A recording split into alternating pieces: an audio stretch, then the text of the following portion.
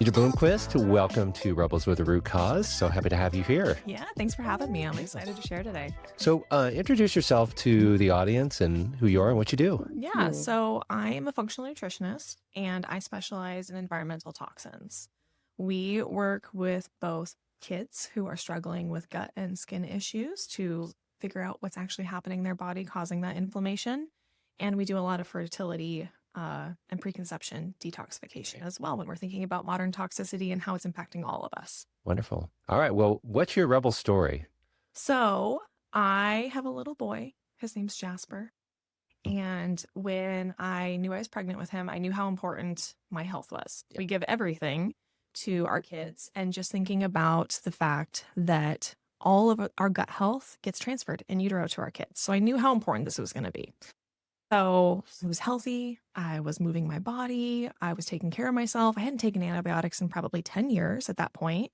And I felt really good about giving him a good gut microbiome because I knew how important it was going to be for the rest of his life to set him up for health. And he was born at home. He was breastfed. And so I was really shocked when he was about 9 months old that he started developing eczema.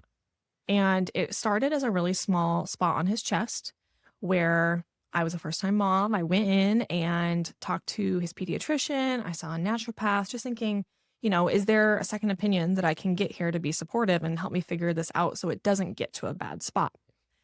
And I went in, I saw his pediatrician, and she was integrative. And so at the time she agreed with me. This is a gut health issue. And I was like, okay, well, I don't really know how that happened, but that sounds good. Now at the time, were you an integrative nutritionist, like you had everything already? So it wasn't new to you, right? Nope, but I was working with adults. I had no idea how to work with kids. I had no intention of working with kids at any point. So I followed their instructions. We put him on a probiotic. I changed my diet. I was looking for all the help I could get. And his rash started getting worse. So what started as a very small spot on his body ended up being his entire body. And it wasn't the way that we normally think about eczema, where it's in the creases of their elbows or behind their knees. It was his whole chest, and it covered his legs, and it was red and inflamed and itchy, and he was so uncomfortable. And I went back and they said, well, maybe it's an allergy. So we did a blood draw on him at 11 months old, which was horrible, mostly for me. Wow. And we waited anxiously for the results to come back, and it came back that he didn't have any allergies. Everything came back negative. So I got on a telehealth call with his pediatrician, and she basically said, that's the only option I have. So at this point, I need to refer you to a dermatologist, and they are probably going to give him a topical steroid.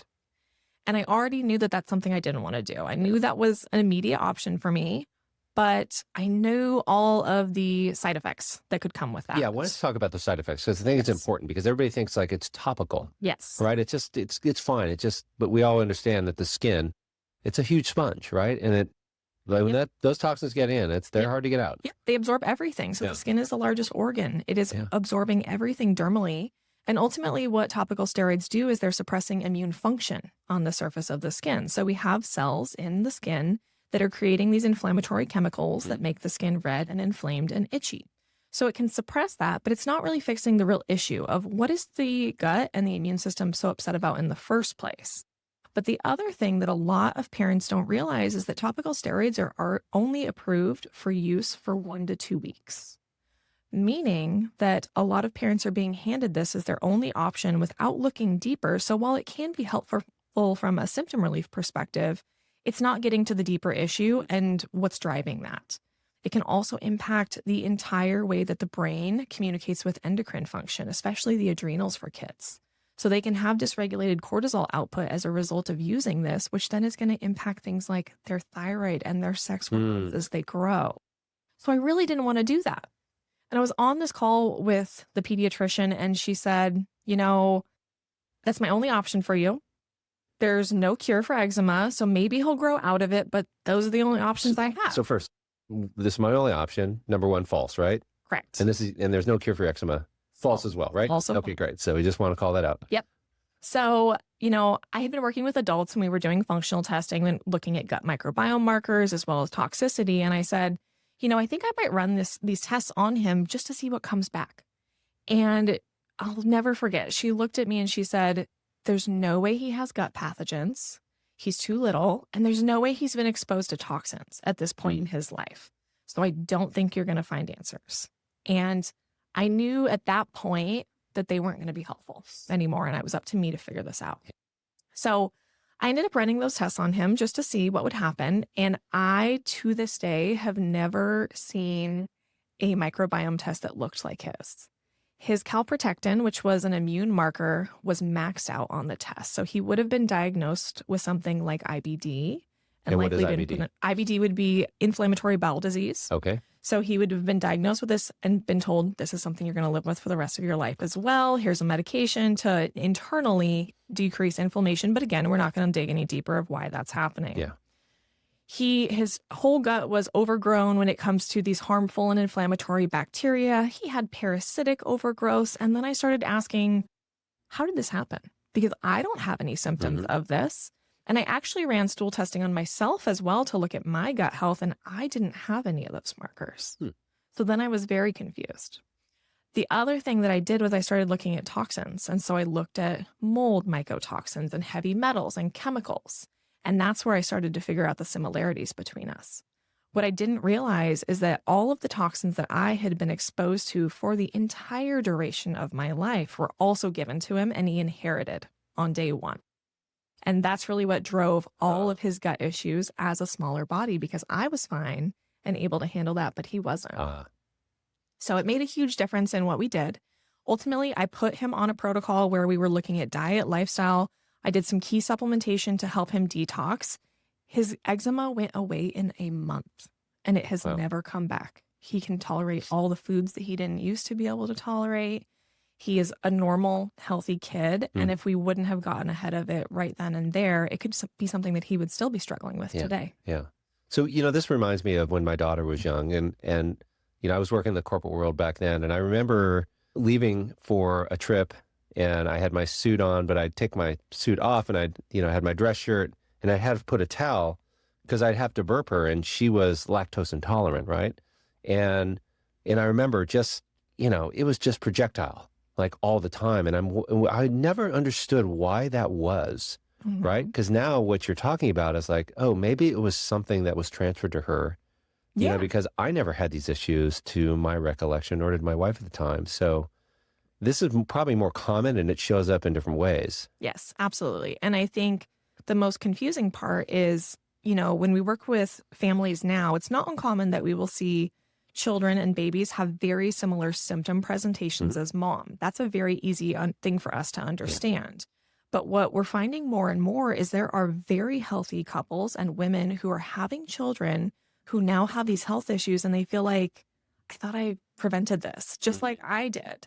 And so having a conversation about why that's happening, not only from what children are being exposed to in the short duration of their life, but also what their mom was exposed to and how that influences their immune system from the time that they are in utero to when they are earthside and being exposed to more. If we start day one of life with a toxin bucket that is already very full, it means that we have very limited capacity for anything that we do come in contact with.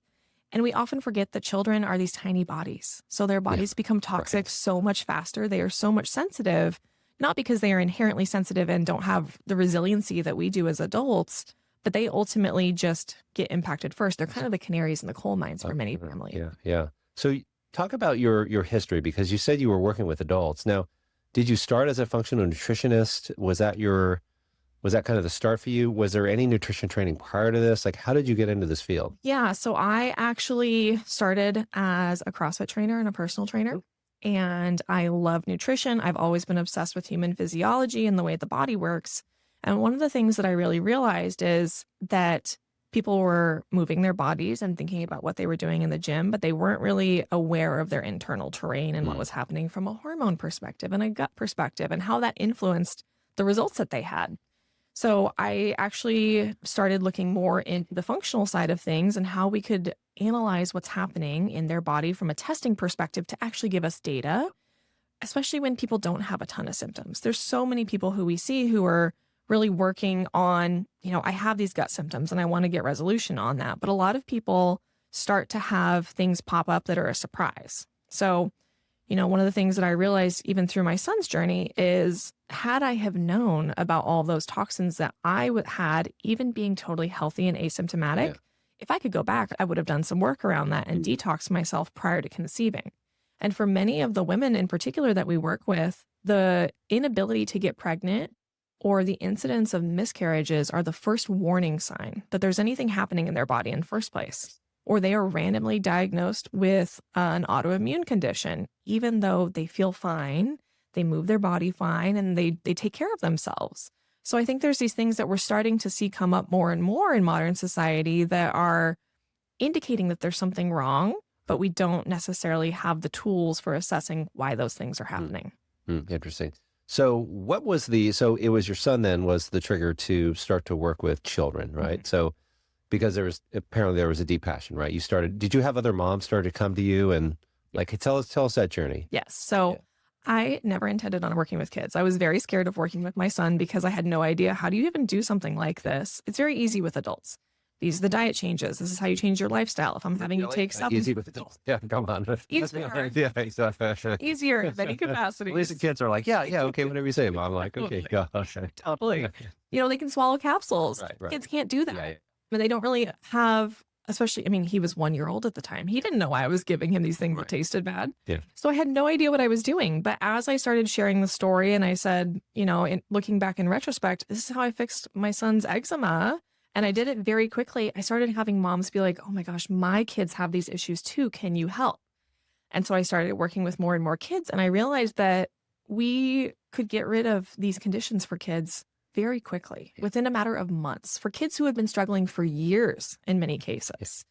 So I started building my pediatric team, and I started with one practitioner who was seeing kids. And then I quickly realized, wow, she's at capacity. We have to keep hiring and hiring. So right now we have a team of 5 practitioners who see kids virtually all across the country. Oh. And what's ended up happening is we really specialize in gut health and eczema, and we have a 95% success rate for getting kids fully clear, which is drastically different than what we think about when it comes to these kids only being given topical steroids or if they're only looking at gut health. And the key driver that's really different in what we do is assessing what's happening from a toxin burden perspective. Now, some of these kids are living in mold, so that's an entirely different thing. Mold is a lot more common than a lot of families realize, especially depending on where they live in the country. But a lot of these kids are also inheriting these things from their parents as well. So we do see a lot of kids, for instance, who are what their parents call miracle babies. They were born via IVF or they had recurrent miscarriages. And this is their child who they're so incredibly grateful to have, but now they're sick and wondering why that happened as well. Wow. So talk about the journey of many of your clients, or not your patients, because of course your patients are the children, but the parents. And what are some of the challenges they come to you talking about these traditional doctors in the system that are basically telling them the same thing they told you? The eczema, you can't solve this, and the only thing you can do is topical steroids.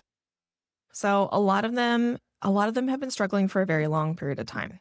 A blessing in some ways when we see kids come in when they are about 6 months old and they haven't been struggling for very long, but not uncommon that we'll have kids come in who are 3 or 4 years old and they have been struggling with eczema since they were born and trying to find answers.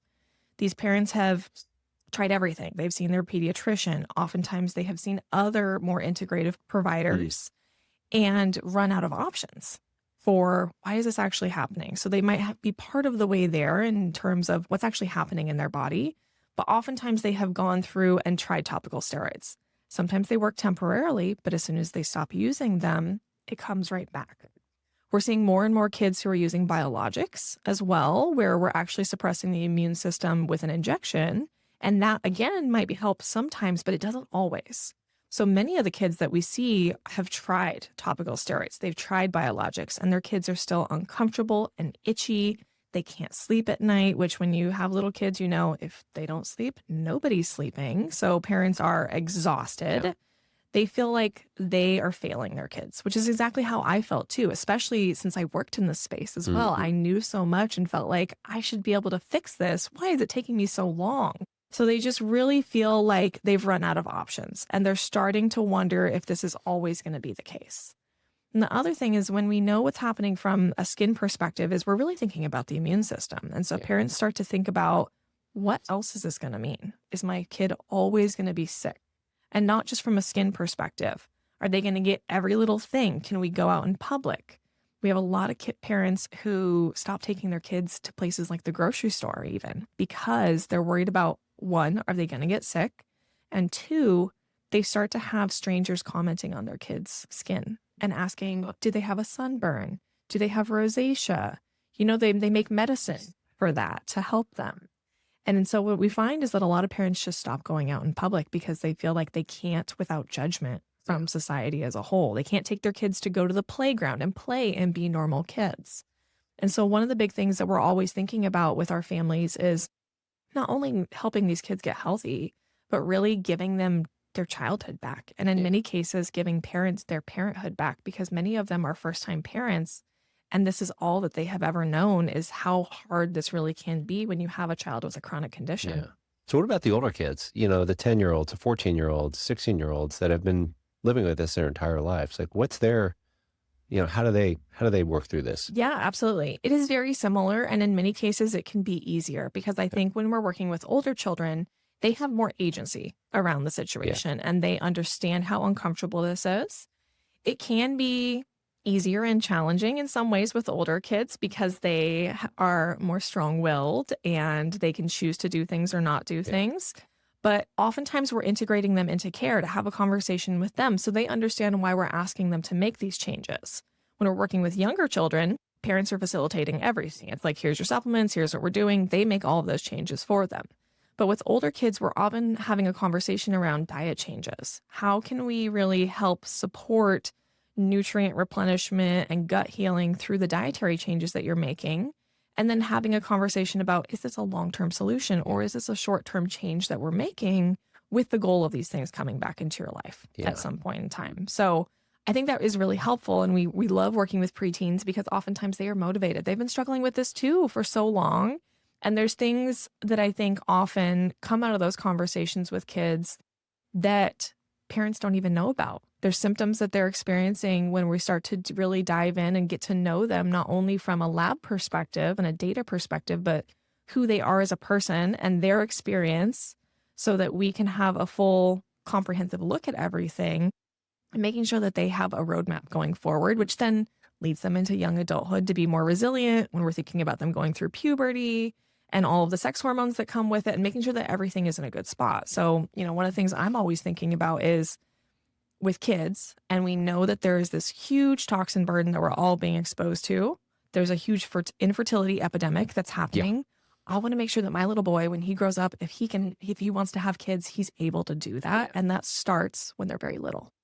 Let's talk about the gut, because you made mention of that. So what type of gut issues are you seeing? Leaky gut? And you're seeing, like, because we know how toxic that is, right? Like the gut becomes permeable and then all the toxins are getting into the body. And I'm sure that's what's causing a lot of these issues. So how about that? Yep, absolutely. We see a lot of leaky gut. So we're thinking about intestinal permeability. We also see a lot of overgrowth of different pathogens. So we see a lot of kids with very significant bacterial issues. And the way that I think about gut health is that it's ultimately a byproduct of what's happening from a toxin perspective. So our bodies are so smart, they're intended to take care of us. Yeah. And as a result, they will adapt to what we are being exposed to. So with bacteria, for instance, I'm always thinking about if I see a bacterial overgrowth that's causing not only gut issues, but then leading to things like skin infections or recurrent strep throat or recurrent ear infections. Why is that happening? And the bacteria are really there to be breaking down tissue. So what is hurting the tissue and damaging it in the first place? But we very commonly see a lot of fungal overgrowths in the gut. Candida and fungus is a very normal part of our microbiome. But when it starts to overgrow, that's where it starts to cause a lot of this tissue damage. And so then we're asking, is this a mold issue? A lot of people don't realize that Candida even actually metabolizes and therefore breaks down things like heavy metals and radioactive substances.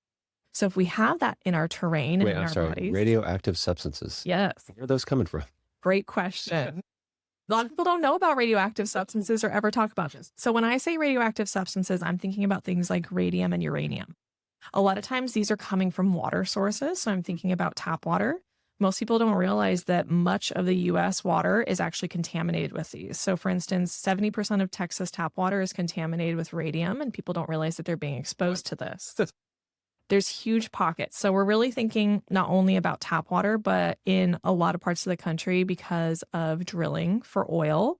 What happens is we drill into the Earth's surface where radium and uranium naturally reside, but we're also bringing it to the surface. And a lot of these companies are actually taking these byproducts that are very toxic and then finding new sources for them.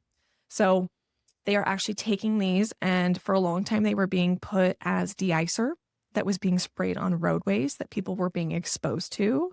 It's being put on pasture land in a lot of the Midwest. So we're being exposed to these things in a number of different ways. And we see a lot of people actually who live in California and on the West Coast being exposed to uranium that came over the ocean from World War II due to bombings. What? So we see that impacting not only water sourcing, Mhm. but then we have to be thinking about all of the crops that are being grown in California that are then absorbing those things, the animals that we are then consuming that are toxic as a result. So we're thinking about those things, and nobody is really talking about that. Ultimately, it means that we're driving heavy metals into bones because a lot of radioactive substances are ultimately bone seeking, which is why when you hear about radium and uranium, you're usually hearing about like bone cancer, for instance. That's because they actually they're bone seeking, and then they drive metals to be sequestered within bones for safety mechanisms. But that obviously has unintended consequences when we think about bone marrow. So those things are things that our kids are being exposed to a lot. We don't have a ton of detoxification capacity for those types of substances, which means that it's going to be driving these big fungal issues in kids. So fungal issues is the number one thing that we're seeing with a lot of kids with eczema. And it's not always mold. Sometimes it is, but oftentimes they have heavy metal issues that are driving that fungal issue. And it just is something that we're not even screening them for. Wow. All right. So I had no idea this was going this way, but I'm like blown away by this. Like I knew it was toxic, but I didn't know that it was that toxic. And when you brought up radioactive substances, I'm like, uh-oh, we've got some real problems. So this is the question, like, how do we as a population, really get ourselves and our children, of course, right? Because this is so important. Doesn't matter how old they are, right? To basically get them, to build them resilient, right? To get them moving forward so that they can have a normal life, have children and things like that, and have functioning bodies. So knowing that the system is in many cases, like they're not doing what they're doing. They're treating the symptom, right? With the creams and saying you can't do this, you can't do that. But when you get to the root cause, you start to see what's challenging these situations. So how do we get this like to become more mainstream? Yeah, I feel like toxin testing should be standard of care anytime something big comes up. It's a very simple and non-invasive test. We can do this via urine testing. So it doesn't even have to be a blood draw on kids. So all of the kids that we work with do toxin testing. All of the adults we work with are doing toxin testing so that we can rule things out if needed. The other big thing that I'm always thinking about is we are all exposed to toxins, even when we are making the best choices in our personal lives and the things we're consuming and being exposed to. There's things in the air, it's in the water, we travel, like there's so many things. It's impossible. You can't avoid it. It's impossible. And you can't live in a sauna your entire life, right? Absolutely. And you can't live in fear of these things because it exists and it is likely going to get worse. So what I'm always thinking about is how do we create lifestyles that support detoxification and have that be the norm? So thinking about things like how do we sauna? How do we get kids moving? Even just having kids move their body is moving their lymph, which is an important part of their immune system. And that really goes back to, especially kids in school. We're taking away things like recess and not having them move their body. Having kids be hydrated properly. And it's not just water. We're thinking about clean quality water, but then also reintroducing things like electrolytes and minerals so that they are cellularly hydrated to support detox. Even thinking about things like reducing exposure. So I'm always thinking about three main pillars. One is always going to be air quality. The air that kids are breathing at home can be incredibly toxic indoors compared to outdoors, even in polluted areas. But then also thinking about the air in their schools, the air that they're breathing, and getting them outside for fresh air is a huge one. I'm thinking about water quality in particular, because that's going to reduce toxins in a huge way. not only from a metal and a radioactive perspective, but then also thinking about pesticides. A lot of people don't realize that there are a lot of medications that are in tap water, things Right. like NSAIDs, birth control, Plan B, all of those are in tap water, and we're giving that to our kids, so it makes Is it a that big because problem. they're being disposed into? Okay, got it. Yep. So a lot of Yeah, people don't. they can't filter those things out, No, right? they can't. And we often don't realize that when we're thinking about tap water, it is ultimately sewage water that Yeah. is being purified and cleaned, and then we drink it, but it's not removing everything. Mhm. And then my third one is always food quality. So thinking about if we can eat organic foods as much as possible, which I know is so difficult, especially in our current economy Yeah. for families, especially with larger families. But thinking about reducing pesticide and herbicide exposure is really huge. And then that quality also then coincides with those things are going to be grown in areas where they are not absorbing everything out of Mhm. soil. So even not even thinking about nutrients, soil depletion, anything, reducing those three kind of areas ultimately means that we're decreasing the toxins that are being given to our kids. And it really can be that simple to Mhm. start. Mhm. Wonderful. Well, Deidre Bloomquist, thank you so much for your time. How can the audience find you in your business, to maybe help them as they may be practitioners that are in the field that you're in, or even parents that are listening as well? Yeah, our website is always dash growing, and our pediatric page is actually always growing underscore littles on Instagram. You can find us. We have a lot of education there, and I'm always happy to help Great. And anybody. always growing or -growing.com, Yes, correct? .com. Okay, wonderful.